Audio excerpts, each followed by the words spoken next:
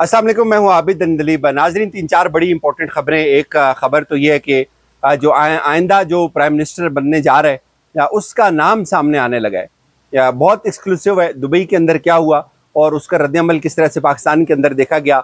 लतीफ़ खोसा साहब के फायरिंग के हवाले से जो एक वीडियो थी उसके ऊपर लतीफ़ खोसा साहब का रद्दअमल हमने लिया, वो भी आपके सामने रखेंगे। और जनरल रिटायर्ड कमर जावेद बाजवा जो है वो उनके कोर्ट मार्शल की बात चल रही है, इसकी भी तफसील भी है। और अगली गेम प्लान क्या है अगला पीडीएम का, वो बहुत एक्सक्लूसिव है।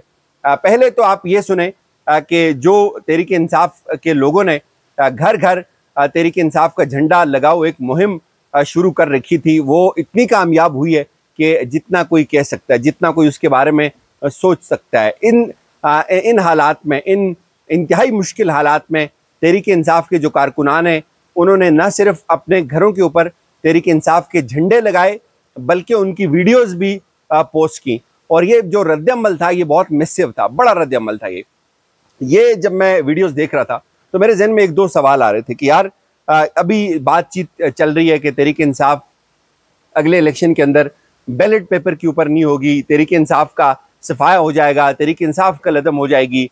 तो मैं ये सोच रहा था कि ठीक है, तहरीक इंसाफ कोई एक ऐसी सियासी जमात नहीं है कि जिसका कोई वोट बैंक मौजूद ना हो। तहरीक इंसाफ महज चंद 100 लीडरों के ऊपर मुश्तमिल नहीं है, या तहरीक इंसाफ महज इमरान खान का एक नाम नहीं है। वोटों के हिसाब से बात कर रहा हूँ मैं। तहरीक इंसाफ एक ऐसी जमात है जो जिसका वोट, जिसकी वाबस्तगी पाकिस्तान के हर गली कूचे तक है, पाकिस्तान के तूल अर्ज तक जो फैली हुई है, जो सिंध से बलूचिस्तान तक और कश्मीर तक, ताओबट तक जो है वो जिसका एक वोटर मौजूद है, जिसकी अपनी ग्राउंड के ऊपर एक प्रेजेंस मौजूद है। और ये शायद वो वाहिद सियासी जमात है जो पाकिस्तान बनने से आज तक इस कदर मकबूल होगी एक टाइम के अंदर। तो ये जो होगा, एक अमल किया जाएगा, इसमें तहरीक इंसाफ को बैलेट पेपर से हटाया जाएगा। तो आई वाज थिंकिंग कि यार ये जो इतने सारे लोग होंगे, जो इतना सारा वोटर होगा, ये बराह रास्त उसके साथ ज्यादती होगी। तो क्या तहरीक इंसाफ से अगर दुश्मनी है तो बेसिकली ये दुश्मनी है किससे, यह मैं समझने की कोशिश कर रहा था कि ये दुश्मनी तहरीक इंसाफ के नाम से है, ये बल्ले से है, या ये इमरान खान से है। अगर ये इमरान खान से है तो इमरान खान को नायल कर दें, लेकिन तहरीक इंसाफ का जो बल्ले का निशान है वो फिर भी जाएगा इलेक्शन के अंदर। अगर तो ये जो दुश्मनी है ये तहरीक इंसाफ ओवरऑल एक जमात से है, तो ये जो वोटर है ये किधर जाएगा। फिर अगर ये बल्ले का निशान नहीं होगा और तहरीक इंसाफ भी नहीं होगी तो ये जो एक रद्दअमल आएगा, एक नफरत पैदा होगी, वो किधर जाएगी। अभी तो एक ऑप्शन है, जाहिर है आप लोगों को ये मौका देते हैं, लोग जब बैलेट पेपर के ऊपर आते हैं तो उनके लिए बहुत आसानी होती है कि वो एक चीज़ को चूज करते हैं, वो अपना रद्दअमल, अपना गुस्सा उस बैलेट पेपर के ऊपर निकालते हैं। तो लेकिन अब जब ये किया जाएगा, ये बैलेट पेपर छीन लिया जाएगा, तो आई वाज थिंकिंग कि क्या होगा, किस तरह से चीज़ें जो है वो ख़राब हो जाएंगी, कितना बड़ा रद्दअमल पैदा होगा। तो ये जो इतने लाखों में लोग हैं, बल्कि करोड़ों में लोग हैं तहरीक इंसाफ के जो वोटर्स, जो घरों के ऊपर अब झंडे लहरा रहे हैं, वो किधर जाएंगे, उनका क्या होगा, उनका क्या कसूर होगा। और ये इसका किसी के पास कोई जवाब नहीं है। कम से कम मेरे पास तो इस वक्त आपको देने के लिए इसका कोई जवाब नहीं है। हाँ, अगर आपके पास कोई जवाब हो तो आप ज़रूर जो है ना वो मुझे दीजिएगा, कमेंट सेक्शन में दीजिएगा। अच्छा, अब बात करते हैं ज़रा कि अब गेम क्या चल रही है। गेम प्लान ये है नाजरीन कि Tehreek Insaf, I am sorry, ये जो जगह है, मैं ट्रेवल कर रहा हूँ तो पीछे एक आबशार भी है, कुछ लोग यहाँ आते हैं और उनको पता है कि यहाँ वीडियो रिकॉर्ड हो रही है और वो अपनी मर्जी से आते हैं यहाँ। या भाई आप वीडियो में आए, कोई मसला तो नहीं है ना, वीडियो रिकॉर्ड हो रही है, आप वीडियो में आए आप, ओके। तो अच्छा, अब गेम क्या है, गेम ये है नाजरीन कि ये दुबई गई क्यों, यूएई क्यों गई ये सारी जमातें। तो कुछ लोग अब ये दावा कर रहे हैं कि इनको बताया गया कि आपके पास इतना टाइम है, अपने इख्तलाफात को ख़त्म कर लें, नहीं तो थर्ड ऑप्शन। तो ये सब जो भागे भागे वहाँ पे गए, कुछ इन्होंने मंसूबे बनाए, इनको समझ आ गई कि गेम हो रही है।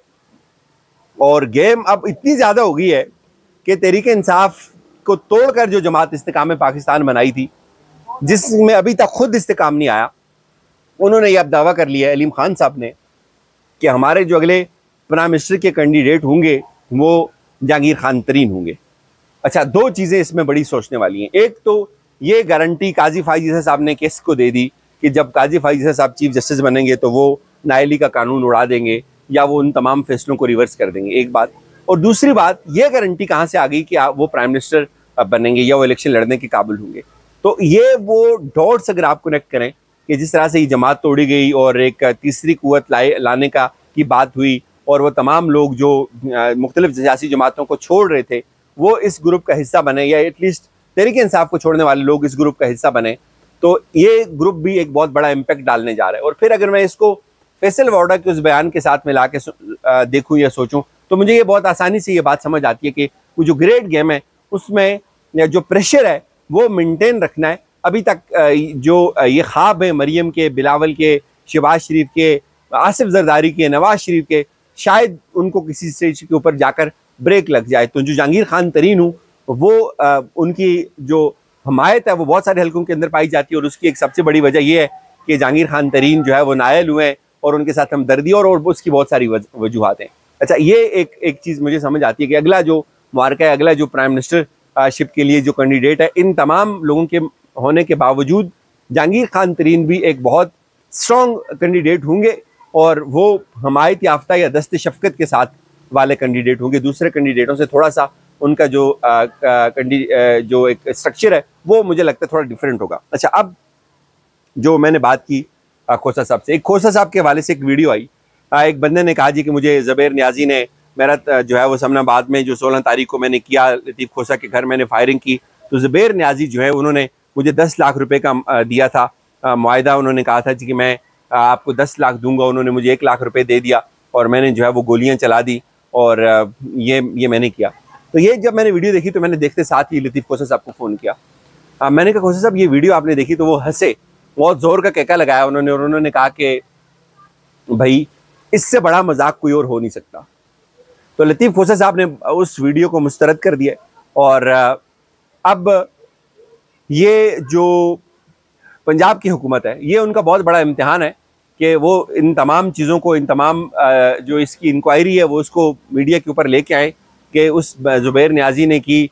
मुझे ये लगता है कि जो ज़ुबैर नियाज़ी हैं ज़ाहिर है वो भी तहरीक इंसाफ और फिर एक और कोई बनाना है, लोगों को तोड़ने के लिए कोई नया मुकदमा कायम करना है। और लतीफ़ खोसा साहब जो इसके विक्टिम है, प्रिंसिपल विक्टिम है, उन्होंने इस वीडियो को मुस्तरद कर दिया और इसको बहुत बड़ा मजाक के दिया। अच्छा, अब मैं आपको बताऊं कि जो असासे भाई असासे बिक रहे हैं IMF के साथ, अनफॉर्चुनेटली मुझे लगता है कि डील नहीं हो रही। जो कुछ बाखबर साफ़ी हैं वो भी यही बता रहे हैं कि IMF जो शराइत हैं उनकी वो दिन ब दिन चेंज होती जा रही हैं, चीज़ें हुकूमत के बस में नहीं है, चीज़ें आउट ऑफ कंट्रोल है इनके लिए। तो IMF ने जो है वो अब शायद इनको झंडी करा देनी है, क्योंकि अगले सिर्फ 2 दिन बाकी हैं और इन 2 दिनों में आर होना है या पार होना है। और एक बहुत बड़ा चैलेंज होगा पाकिस्तान की इकॉनमी के लिए अगर IMF हमें इस स्टेज के ऊपर झंडी कराता है। अगर IMF हमें इस स्टेज के ऊपर हमारा हाथ नहीं पकड़ता तो ये एक बहुत बड़ा अपसेट होगा। और खुदा करे कि पाकिस्तान इस क्राइसिस से बाहर निकले और जो हुकूमत है उसको ये बात समझ आए कि इस क्राइसिस से बाहर निकलने का वाहिद हल शफाफ इलेक्शंस हैं। और वो इस क्राइसिस को शायद मुझे लगता है कि चाहते हैं, गवर्नमेंट ये चाहती है कि ये क्राइसिस रहे, इकॉनमी का क्राइसिस रहे, इमरजेंसी तक चीज़ें जाएँ। और गवर्नमेंट शायद इलेक्शंस को उसके लिए तैयार नहीं है। एक फेयर इलेक्शन के लिए ये हुकूमत किसी सूरत मुझे तैयार नहीं नज़र आती। और यही वजह है कि अब जो एहसास हैं वो बेच रहे हैं। कभी कहते हैं जी कि हमने इसको जो है वो गिरवी रखा है, कभी कहते हैं हमने इसको बेचा नहीं है। तो ये जो शिमर जैदी साहब की एक तजवीज़ है, उन्होंने कहा जी कि इसके अलावा कोई ऑप्शन नहीं होगा कि आप अपने जो मज़ीद एहसास हैं उनको आप सेल करें। मुझे इजाज़त दीजिए, अपना ख्याल रखिएगा। खुदा हाफिज़।